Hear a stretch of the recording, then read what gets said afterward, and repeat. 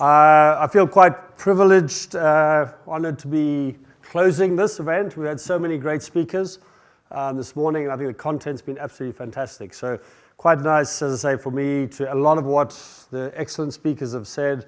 I'm going to try and top that off or tail it off and tell you a little bit about a sales methodology. So this is the human aspect. We had a tremendous amount about technology. Really what I'm going to be talking to you about is what to do if you want to implement a sales methodology, what not to do, and perhaps some of the things that are really useful for salespeople in the future. So it's kind of the human aspect of what we've been talking about. The sales profession, I think, is in a little bit of a tough place. The target attainment rate is down to 53% from 63% 5 years ago. So 53% of people don't make their targets. The average churn rate for salespeople is around 24 months, 2 years. And obviously those two statistics are connected because a lot of salespeople leave the jobs because they're not making their targets. 26% of people who leave their jobs, sales jobs, say it's because they're not making their target. So we're in a little tough place, I would say. We've heard a lot about all the shiny toys that other speakers have spoken about. But in terms of actual delivery for sales performance, I think it's really important to focus on the behavioral aspect. Actually, when you're having the conversation, how do you do that with a prospect or a client? To do that, I would suggest that you want to put in a kind of simple sales methodology, a simple sales framework. This is, of course, a big industry. US alone last year spent $15 billion, that's with a B, on sales training alone. And interestingly, and I think Pete just spoke about that, the success rate of these transformation projects is pretty low. The figure that I have, Harvard Business Review, said that about 70% of these things fail. So you've got a 3 in 10 chance of it succeeding. So let's look at a couple of things that are going to help you if you're embarking on a sales performance improvement journey. What should you not do? The kind of schoolboy errors. And I think other speakers have touched on this. No clear strategy. So we're not starting off thinking about who is our ideal customer, who's the ideal persona, what are the problems that we uniquely solve, how we're going to have the value conversation. All of that strategy needs to be clear up front. Secondly, lack of shared vision, and I think a lot of the speakers have alluded to this, that you need to tie that vision up between marketing, between SDRs, between ISCs, between AEs, between pre-sales, between your customer success people. There needs to be a shared vision of what this strategy is. I often see it with clients that that's not the case. Not enough coaching. Great to hear the previous speaker talk about the importance of coaching. If there is a silver bullet in this sales performance improvement world, it's in the coaching. They say 3 hours per month per individual will give you a 15 to 20% increase in sales performance improvement. That's a dramatic figure. 3 hours per month, one-on-one.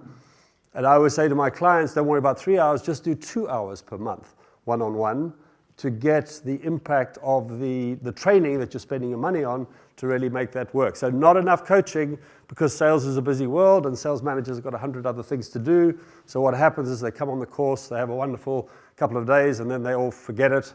I think the forget curve states 80% of what you learn is forgotten within 30 days. So if you don't coach it, that's what's going to happen.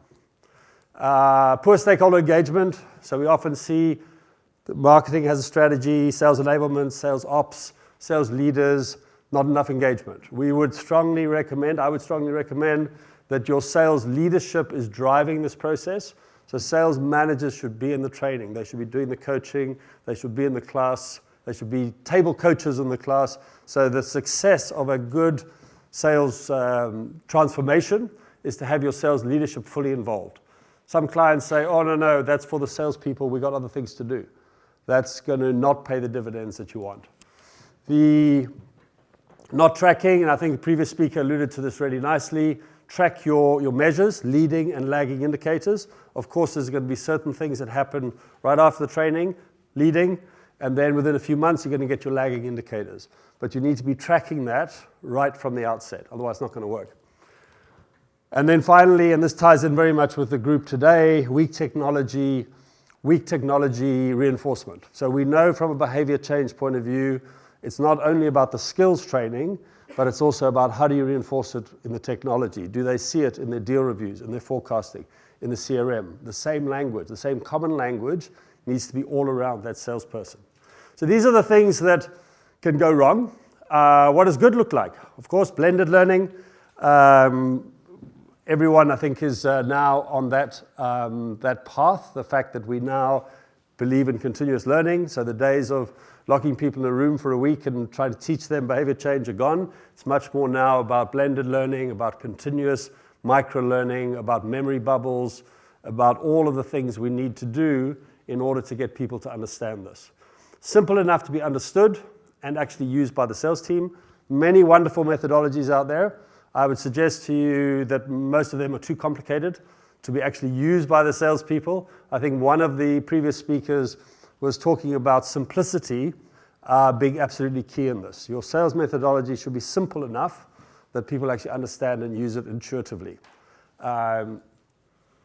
Delivery in the first language. I've seen many clients where they have, particularly here in EMEA, German, French, Italian, training in English. Of course, sometimes you have to do that, but I would really suggest to you that if you're going to do this process, you do it in the language of the person, their first language. It's much easier to learn that way. Strong coaching, technology reinforcement, we talked about that, absolutely critical. Connect to the different generations in the workshop. And again, previous speakers have referred to this. 48% of the workforce is now millennials. The Generation Zs are coming in. I think they are now 22 years old, so I think it's very soon, millennials and Generation Z are going to be the majority of the workforce. So the training needs to be joined up with those people. So these are the key things you should be doing. Here's a simple methodology. I'm not going to dwell on this, but just to really make the point that this needs to be imprinted on your salesperson's brain, so they don't have to worry about filling out forms, about sticking little stickers on charts. Make it very simple so they intuitively understand what the objective of the client, what's hard about it, how your unique solution can solve that problem for the client, how do they talk about value, how do they access sales, the stakeholders, and then how do they develop a mutual plan. Very simple. Typical journey of a blended learning journey. Pre-work, people have different ways of learning. So some people prefer to learn in that kind of e-learning kind of environment, but very much customized, participant-centered, not facilitator-centered, and then really use, after the training, use your micro-learning. Use little memory bubbles, 7 to 10 days after the training, every 7 to 10 days, bringing back the key concepts through little quizzes and things like that. This is how you could use technology to reinforce it after the training again. Use technology so it's very easy for the salespeople to get the assets that they learned, to get just-in-time coaching, these sort of things. In the last couple of minutes, what would the salesperson look like in the future? And I think we've had a lot of talk about this in this morning. But I would say listening, absolutely critical. It seems in all the blur of technology and all the shiny toys that we maybe have lost that basic ability to listen and to ask really good questions and insightful questions. It's not about selling anymore. We've discussed that the salesperson comes much later and later in the sales cycle. It's now about asking really insightful questions and maybe getting the prospect to think about things that they hadn't thought about before. You don't have to pitch because, as we've said, the salesperson's coming in much later in the sales cycle. You need to have industry knowledge and detailed insight into the prospect's business. There's no excuse right now for salespeople not to have that. We would typically recommend before anybody makes a call, they use a 30-minute rule. 30-minute rule is 15 minutes on the industry, 10 minutes on the company, 5 minutes on the individual. And that before you pick, if you're an SDR or an ISE, you're picking up the phone having done that 30 minutes. And don't call people, it's gone are the days when you can say, So what do you do and how many countries are you in? Or you're expected now as a salesperson to add insight to your prospects. Provide a frictionless customer experience. I think we've talked about that. So you move through by having a methodology or framework. You can move through from SDR to AE to customer service, and it's one seamless process. It's very frustrating for the customer if every person who comes in is saying, oh, we need to go over again what we've just discussed. Agree mutual value with the customer. I think the value part is absolutely critical. I think salespeople are quite good at discussing their capabilities and how that can solve the problem, not so good at translating that into what it means for the customer. We believe value has to be discovered. You need to ask very thoughtful questions to actually get the customer to figure out what that value might be. Purposeful questioning and storytelling. Storytelling is a wonderful skill. People love stories. So train your salespeople to tell value stories. Train them to tell stories about other clients that you've helped in order to pique curiosity with your clients.